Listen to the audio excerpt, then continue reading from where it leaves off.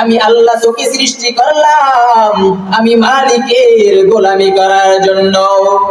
এ মায়ের নবীর উম্মতের দল, আল্লাহ তাআলা তোমারে আমার সৃষ্টি করলেন সেই মালিকের গোলামি করার জন্য।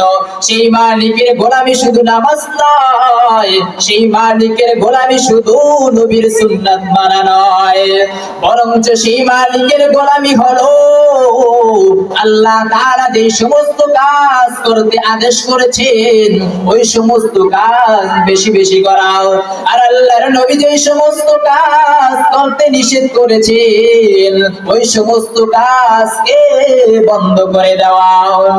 এর মুমিন, আল্লাহ তাআলা বলেন রে গোলাম, আমি আল্লাহ তোরে লাইক করে পছন্দ করে ভালোবেসে মহব্বত করে সৃষ্টি করলাম। আমি আল্লাহ কত দয়ালু।